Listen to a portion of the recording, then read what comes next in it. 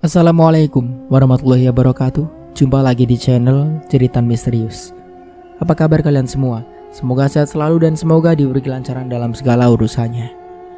Di kesempatan kali ini saya Dayun akan melanjutkan cerita yang sebelumnya. Bagaimana dan seperti apa kelanjutan ceritanya? Tentunya tak usah berlama-lama, langsung saja kita masuk ke ceritanya.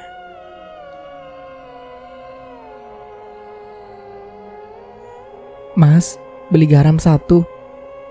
Arumi berdiri di depan sebuah toko kelontong di pasar desa sebelah.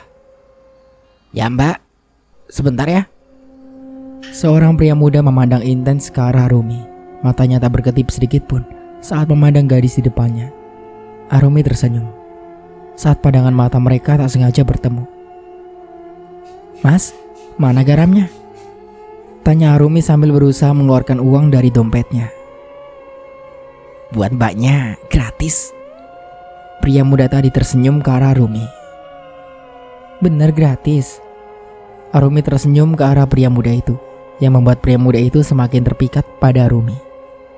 Ya, kalau boleh tahu namanya siapa Neng? Pria tadi bertanya sambil terus memperhatikan Arumi. Arumi mas. Arumi mengulurkan tangan ke arah pria tadi. Saya Darwi Neng. Ucap pria itu membalas uluran tangan Arumi. Dan seketika pandangan pria itu kosong. Sesuatu masuk ke dalam tubuh pria itu melalui tangannya yang bersentuhan dengan tangan Arumi. Mas, panggil Arumi pelan. Iya Neng, jawab pria itu. Arumi tersenyum puas. Ilmunya sudah berhasil menguasai pria itu.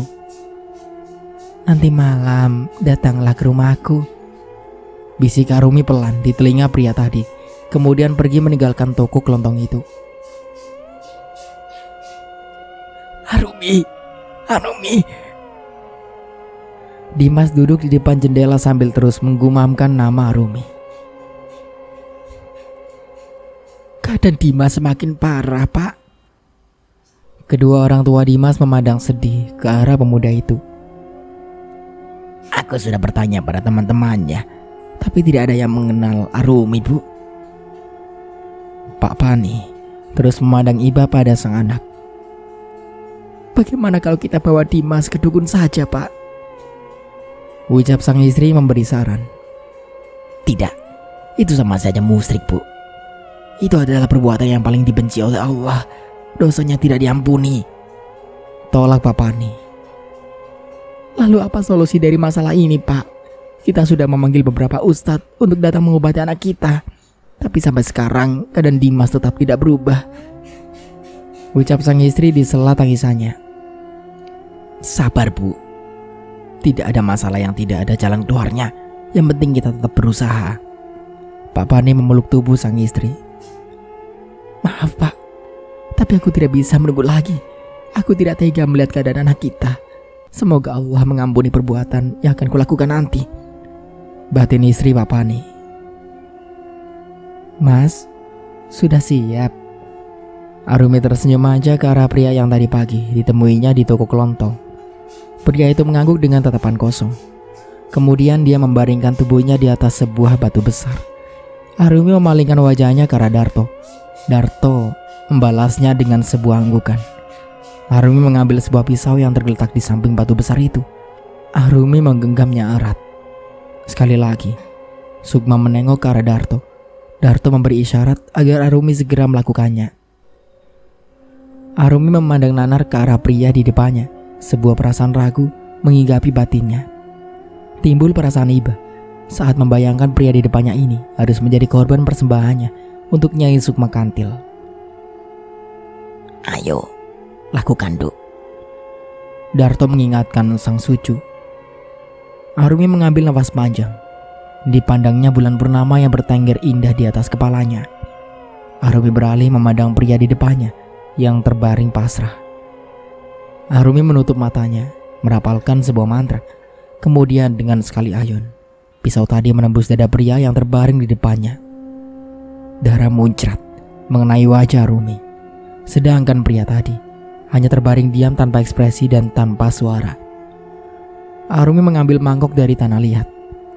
Kemudian menadahkannya di bagian samping tubuh pria malang tadi. Dalam sekejap, mangkok itu sudah berisi penuh darah pria itu.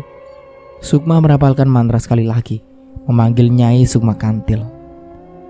Tidak butuh waktu lama, sosok cantik itu hadir diiringi dengan bau menyengat kembang kantil. Minum darah itu setengah, dan setengahnya dibalurkan ke sekujur tubuhmu, Cak Ayu, ucap Nyai Sukma Kantil. Arumi mengikuti perintah Nyai Sukma Kantil. Tanpa rasa jijik, diminumnya darah itu, dan sisanya dibalurkan di sekujur tubuhnya. Darto memandang puas ke arah cucunya itu. Ambil jantung pria itu dan bawa kemari, perintah Nyai Sukma Kantil. Tanpa rasa takut, Arumi merobek dada pria tadi dan mengambil jantungnya. Surat terakhir yang keluar dari bibir pria malang itu sebelum akhirnya meregang nyawa. Arumi hanya memandang kosong pada tubuh pria di depannya, tanpa rasa iba dan tanpa rasa bersalah. Kini, dirinya sudah sepenuhnya dikuasai oleh jin pengikat Arumi. Arumi membawa jantung pria tadi dengan kedua tangannya, mendekat ke arah Nyai Sukma Kantil. Senyum puas terpancar dari sosok cantik di depannya. Makanlah jantung itu, perintah Nyai Sukma Kantil. Dengan buas dan beringas, Arumi menggigit dan mengunyah jantung itu. Sungguh, siapapun pasti akan muntah saat menyaksikan kejadian ini secara langsung. Ilmu pelet pengikat Sukma itu kini sudah sempurna dan sudah sepenuhnya menyatu dengan tubuhmu, Cak Ayu, ucap Nyai Sukma Kantil, kemudian memberikan sebuah kembang kantil kepada Arumi. Setelah itu, sosok cantik itu menghilang. Arumi memandang kembang kantil yang diberikan Nyai Sekar Sukma Kantil. Simpanlah. Itu biasanya menjadi senjata untukmu dalam keadaan mendesak, ucap Darto, yang ditanggapi dengan anggukan oleh Arumi. Mengerikan. Itulah satu kata yang tepat untuk menggambarkan semua peristiwa yang terjadi malam ini. Sugeng Dalu, Sukmo sing rekoso. Neng, mau kemana malam-malam begini? Arumi berbalik menampakkan senyumnya yang tampak memikat. Arumi, ini benar kamu? Pemuda di depannya mengedipkan mata beberapa kali. Iya mas, ini aku, Arumi, jawab Arumi dengan suara yang mendayu. Kamu tambah cantik ya, dan budimu tambah montok saja, ucap pemuda itu memandang liar ke arah Arumi. Mas, mau ini, ucap Arumi sedikit menonjolkan dua gunung kembar miliknya. Pemuda itu menyambungkan lidahnya ke bibirnya yang kering, kemudian perlahan mendekat ke arah Arumi. Memang boleh, tanya pemuda itu hendak menyentuh gunung kembar milik Arumi dengan tangan kekarnya. Arumi tersenyum, kemudian mengambil kembang kantil yang terselip di rambutnya dan melemparkannya ke arah pemuda itu. Itu artinya, pemuda itu akan menjadi tumbal Arumi malam ini. Pemuda itu seperti terhipnotis saat kembang kantil itu menyentuh tubuhnya. Dia berjalan mengikuti Arumi masuk ke dalam semak. Dengan satu gerakan cepat, pemuda itu melepas semua pakaiannya. Kemudian dengan liar dia menerkam tubuh Arumi. Tidak ada perasaan risih ataupun jijik saat pemuda itu mencium dan meraba tubuhnya. Sangat berbeda dengan saat pertama kali pemuda itu merenggut kesuciannya. Amarah perlahan muncul dalam diri Arumi saat ingat bagaimana dulu pemuda itu melecehkannya. Tapi tiba-tiba, senyum Arumi mengembang. Ditariknya tubuh pemuda itu sedikit menjauh. Kemudian Arumi mendekatkan bibirnya ke bibir pemuda itu. Dengan buas, pemuda itu melumat bibir Arumi. Tapi sedetik kemudian terdengar suara teriakan. Pemuda itu melepas penguatannya. Kemudian melihat ke area vitalnya. Darah menetes dari sana. Arumi mengangkat alat vital pemuda itu yang sudah dia potong. Kemudian melemparkannya kepada pemuda itu. Aku sudah merenggut apa yang paling kau banggakan. Sekarang apa lagi yang bisa membuatmu menyombongkan diri? Ucap Arumi pelan. Arumi, Kau bukan manusia, kau setan, ucap pemuda itu ketakutan. Kau juga bukan manusia. Kalau aku setan, maka kau adalah binatang. Dan setauku, binatang tidak punya hati. Jadi biarkan aku mengambil hatimu sekarang, ucap Arumi sambil mengangkat pisau yang berlumuran darah. Pemuda itu menatap Arumi penuh ketakutan. Dia mundur beberapa langkah ke belakang saat Arumi berjalan mendekat ke arahnya. Kenapa kau begitu ketakutan? Di mana sikap angkuh dan sombong yang dulu kau tunjukkan pada aku saat aku memohon ampun dan meminta belas kasihan kepadamu? Arumi semakin mendekati pemuda itu sambil terus mengacungkan pisau itu ke arahnya. Kemari, ucap Arumi pelan. Dan entah kenapa, pemuda itu mengikuti perintah yang Arumi ucapkan. Dia berjalan mendekat ke arah Arumi. Raut ketakutan nampak jelas di wajah pemuda itu. Keringat dingin mengalir deras di pelipisnya. Arumi menyapu keringat biru dengan ujung pisau yang dipegangnya. Kemudian dengan gerakan cepat, Arumi mengujamkan pisau itu ke dada pemuda di depannya. Darah memuncrat ke wajah Ayu Arumi saat pisau yang dipegangnya berhasil menembus dada pemuda itu. Teriaklah sekuat yang kau bisa, karena semakin kau merasakan sakit, maka aku akan semakin menikmatinya, ucap Arumi pelan di telinga pemuda itu. Pemuda itu hanya mampu membuka mulutnya tanpa mampu mengeluarkan suara. Entah apa yang sudah dilakukan Arumi padanya. Pisau itu dibiarkan menancap ke dada pria itu. Kemudian dengan pelan Arumi mendorong pisau itu sedikit demi sedikit. Bukankah kau suka menyiksa orang? Sekarang kau tahu gimana rasanya disiksa, kan? Coba beritahu aku bagaimana rasanya, ucap Arumi. Pemuda itu terus membuka mulutnya. Air mata keluar dari sudut matanya. Itu menandakan bahwa dia sedang merasakan sakit yang teramat sangat. Kasihan sekali kau. Ingin berteriak tapi tidak bisa. Sama seperti aku dulu. Ingin memaki tapi tidak bisa, karena kau menyumpal mulutku, ucap Arumi pelan. Aku harap kau akan terus mengingat rasa sakit ini, bahkan sampai kau di neraka nanti. Arumi menatap nyalang wajah pemuda di depannya. Kemudian dengan sekali hentakan mendorong pisau itu semakin dalam menancap ke dada pemuda itu. Darah keluar dari mulut pemuda itu, diiringi dengan tatapan memelas dari matanya. Tubuh pemuda itu ambruk. Nafas pemuda itu hilang setelah tersengal beberapa kali. Pemuda itu tewas di tangan Arumi. Arumi menatap nanar jasad di depannya. Rasa iba dan kasihan sudah tidak ada dalam kumus hidupnya sekarang. Arumi sudah berubah menjadi iblis pencabut sukma. Kalian sudah membuatku berubah menjadi iblis. Jadi jangan salahkan aku jika aku memperlakukan kalian seperti binatang, ucap Arumi pelan. Kemudian menutup mata dan merapal beberapa mantra. Tak lama, muncul asap abu-abu pekat. Nampaklah sosok makhluk mengerikan setelah asap itu menghilang. Makhluk itu memiliki bentuk tubuh seperti manusia, tapi dengan wajah yang menyerupai binatang. Tangan makhluk itu memegang tali yang terhubung dengan dua sosok lain di sampingnya. Dua sosok itu terlihat seperti manusia, tapi dengan leher terikat dan berjalan merayap seperti binatang. Itulah dua sukma manusia korban pertama dari ilmu pelet yang diamalkan oleh Arumi. Sukma mereka menjadi budak dari jin pemilik ilmu pelet tersebut. Dan sekarang, makhluk itu datang untuk menjemput sukma pemuda yang baru saja menjadi korban dari kebengisan sebuah dendam. Arumi, tolong kami, bebaskan kami, rintih sukma-sukma itu. Makhluk itu pergi. Setelah berhasil mengambil sukma pemuda tadi, masih terdengar jelas suara rintihan dari sukma-sukma itu. Sebelum akhirnya makhluk itu benar-benar hilang. Terdengar suara petir saling menyambar, diiringi dengan hujan angin yang begitu deras. Suasana malam ini tampak mencekam dan mengerikan. Pak, buka pintu! Terdengar teriakan perempuan dari pintu depan rumah Pak Pani. Pak Pani bergegas lari ke depan untuk segera membuka pintu. Dia tahu itu suara istrinya.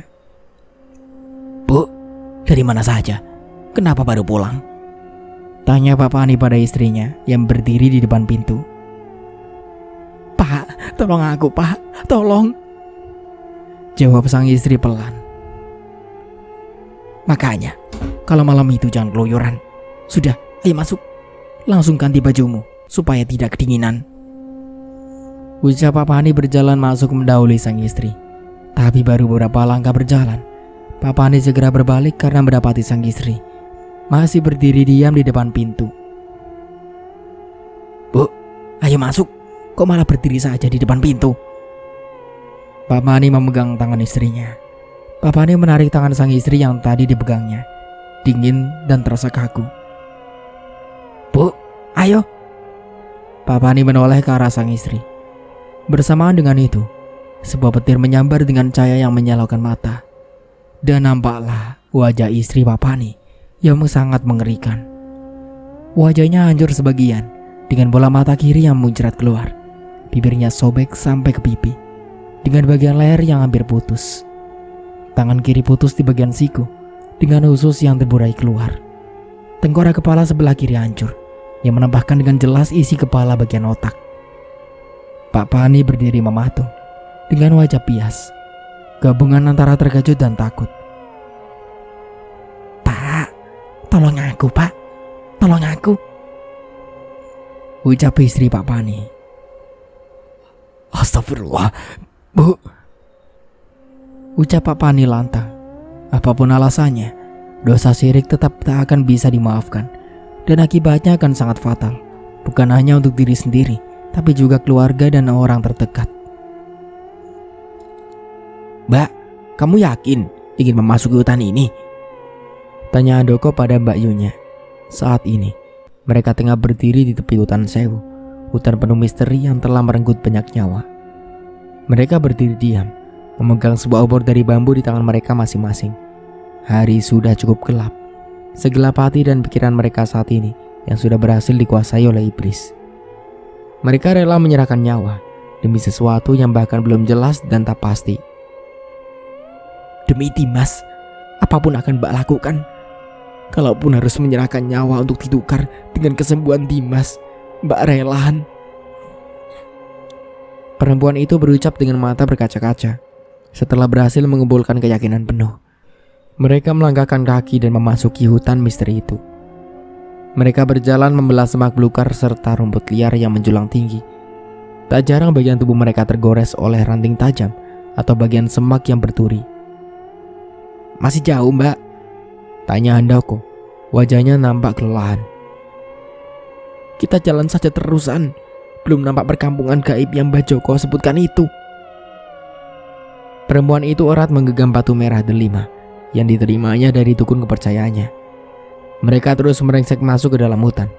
Semakin gelap, pengap dan basah. Tubuh mereka meremang. Kala sebuah angin bertiup pelan menggoyangkan dedaunan di sekitar mereka. Api dari obor yang mereka pegang nampak meliuk-liuk, bergerak mengikuti arah angin bertiup. Mata mereka awas memandang sekitar. Hanya gelap dan hitam yang bisa ditangkap oleh indera penglihatan saat ini. "Mbak, aku lelah. Kita istirahat sebentar ya," pinta Handoko pada Mbak Yunya. Perempuan itu tidak menjawab, hanya mengikuti sang adik duduk di bawah sebuah pohon besar. "Kenapa aku jadi tak yakin kalau kita bisa menemukan perkampungan gaib itu ya, Mbak?"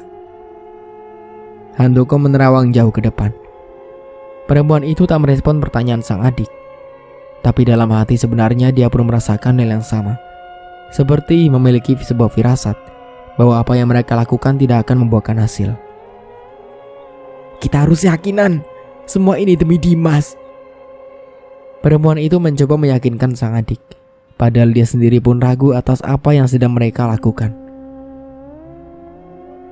"Kita terlalu gegabah. Harusnya kita cari dukun yang lain dulu. Kita tidak tahu apakah yang dikatakan Mbak Joko itu benar atau tidak."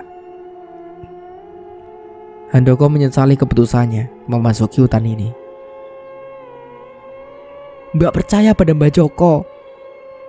jawab perempuan itu singkat. Kenapa aku merasa dia hanya menipu kita ya Mbak? Dia sengaja mengarahkan kita ke sini untuk menyerahkan nyawa.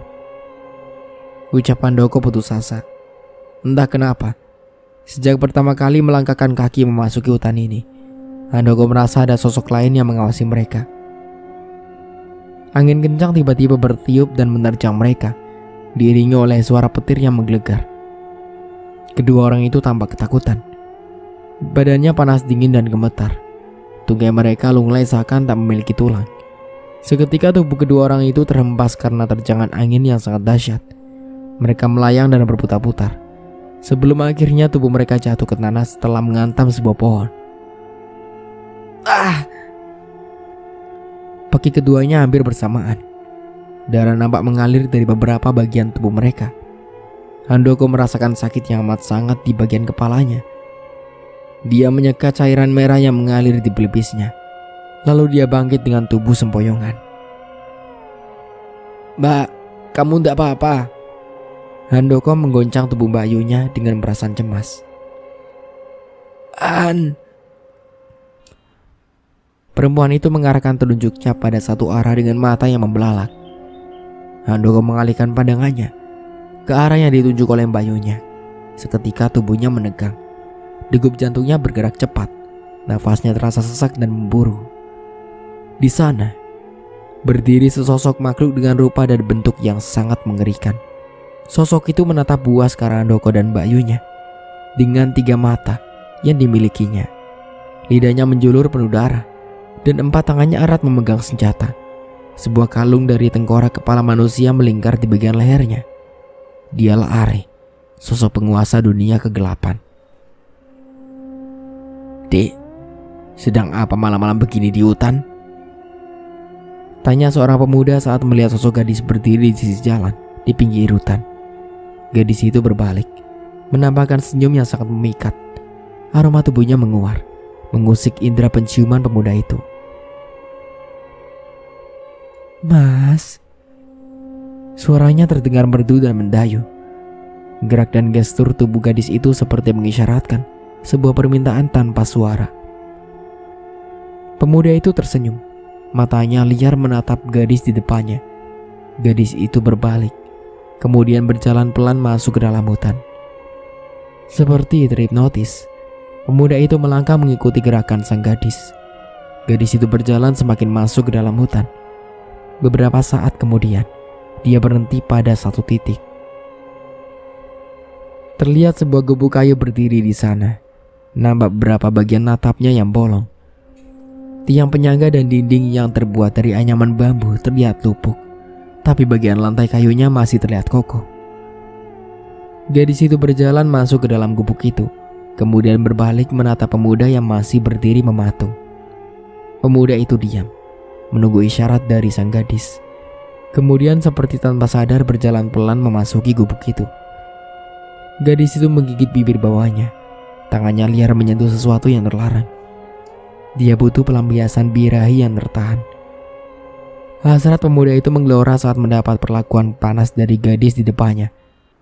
Dalam satu gerakan cepat, pemuda itu melepas semua pakaian yang mereka kenakan, hingga tak ada selai benang pun yang melekat pada tubuh mereka. Setan dan nafsu sudah menguasai 2 insan itu. Mereka saling berpacu, saling melepaskan hasrat. Enggan sekali terdengar dari bibir mereka, hingga satu lenguhan panjang mengakhiri permainan panas itu. Keringat membanjiri tubuh keduanya. Suara desahan kepuasan masih sekali terdengar. Tubuh pemuda itu ambruk di samping tubuh gadis itu. Perlahan mata pemuda itu terpejam setelah melewati adegan yang sangat melelahkan. Orang gila, orang gila. Beberapa anak berteriak saat melihat seorang pemuda berjalan melewati mereka dengan tubuh bugil tanpa selai pakaian. Pemuda itu berjalan tanpa malu, dengan tatapan kosong. Dia membawa sebuah plastik kresek berwarna hitam berisi pakaiannya. Kasian ya Ido, jadi gak waras seperti itu, ucap seorang bapak yang berdiri tak jauh dari sana. Iya, padahal seminggu yang lalu dia masih mengikuti kegiatan Karang Taruna di balai desa. Kok tiba-tiba jadi gila? Aneh, ucap yang lain. Seorang perempuan setengah baya berjalan cepat ke arah pemuda itu, kemudian melilitkan sebuah sarung pada tubuh bagian bawahnya. "Kita pulang ya, nak," ucap perempuan itu. Kemudian memapanya berjalan pelan meninggalkan tempat itu. "Mari, Pak," ucap perempuan itu saat melewati rombongan bapak-bapak tadi. "Oh ya, Bu," jawab mereka serempak sambil mengangguk pelan. Tak jauh dari sana, Arumi mengawasi semua kejadian itu dari balik sebuah pohon besar. "Maafkan aku, Edo. Itu bukan keinginanku," ucap Arumi pelan, kemudian meninggalkan tempat itu. Efek dari ilmu pemikat memang seperti itu. Jika bukan nyawa yang melayang, maka kewarasan yang menghilang. Kembali di kediaman Pak Pani, istrinya Ibu Jana ternyata telah meninggal dunia. Tapi dia sempat berjalan ke rumahnya dengan keadaan yang mengenaskan itu. Pak Pani sangat terpukul ditinggalkan oleh istrinya. Sedangkan anaknya Dimas masih saja memanggil-manggil nama Arumi di kamarnya. Setelah pemakaman selesai, Pak Pani masuk ke kamar anaknya. "Arumi, Arumi," pekik sang anak yang masih diikat di kasurnya. "Ibumu sudah tidak ada, Le. Jangan seperti ini terus." Pak Pani mengelus kepala anaknya. Di sisi lain, di tepi hutan itu Handoko tersadar dari pingsannya.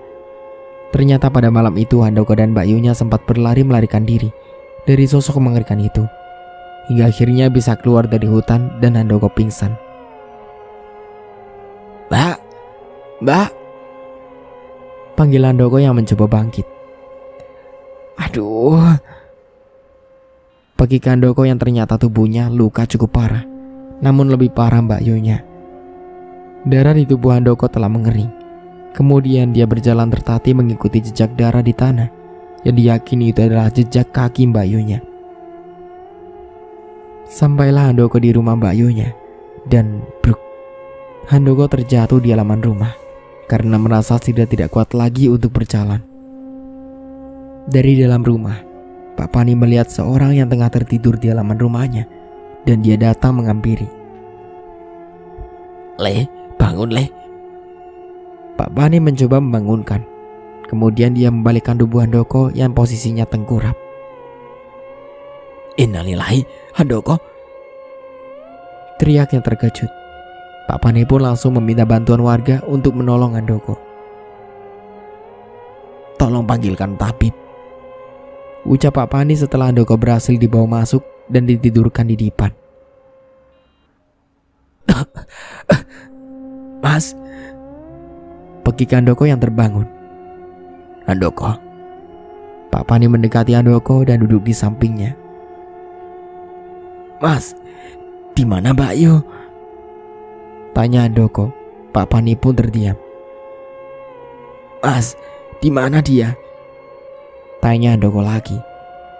Dengan berat hati Pak Pani pun menjawab, "Mbak Yumu telah tiada. Dia sudah dimakamkan tadi pagi." Mendengar itu jelas Handoko langsung menangis. "Ini semua gara-gara aku yang tidak bisa menjaga Mbak Yu," ucapnya dalam tangisan. "Maksudmu apaan?" Suara Pak Pani agak keras. Di sela nafas yang tersengal-sengal, Handoko menceritakan semuanya dari awal ke dukun hingga keluar dari hutan. "Kan aku sudah bilang, jangan musyrik, masih saja dilakukan," teriak Pak Pani dengan menarik-narik rambutnya. "Mas, ini Mas." Handoko memberikan sebuah batu permata berwarna hijau kepada Pak Pani. "Apa ini?" "Ini untuk kesembuhan Dimas. Ini semua kami lakukan untuk Dimas." "Saya bilang saya tidak mau musyrik." Pak Pani melemparkan batu itu keluar rumah.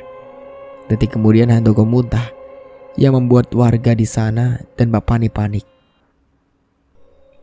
"Maafkan aku, Mas," ucap terbata Handoko dengan nafas yang tersengal.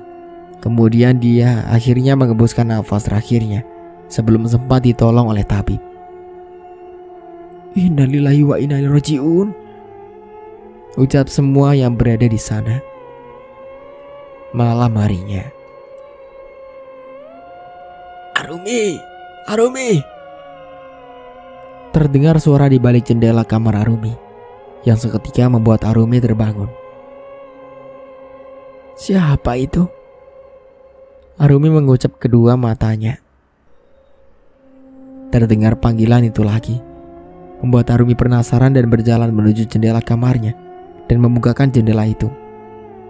Terlihat seorang pemuda berdiri di sana. Pemuda itu adalah Dimas.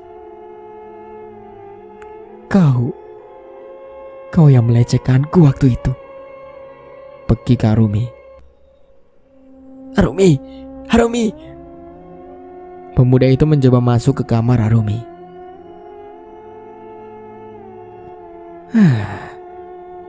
Apa kau mau merasakan tubuhku lagi? Tanya Arumi dengan senyum penuh arti. Iya Arumi, iya. Terlihat bagian bawah Dimas sudah menegak. Ingin sekali menikmati kenikmatan bersama Arumi. Ayo, ajak Arumi yang membantu Dimas untuk masuk. Setelahnya Arumi menutup jendela itu. Dimas dengan beringasnya langsung memeluk Arumi dari belakang dan langsung memainkan dua gundukan gunung Arumi, membuat Arumi seketika mendesah dan menikmati sentuhan itu.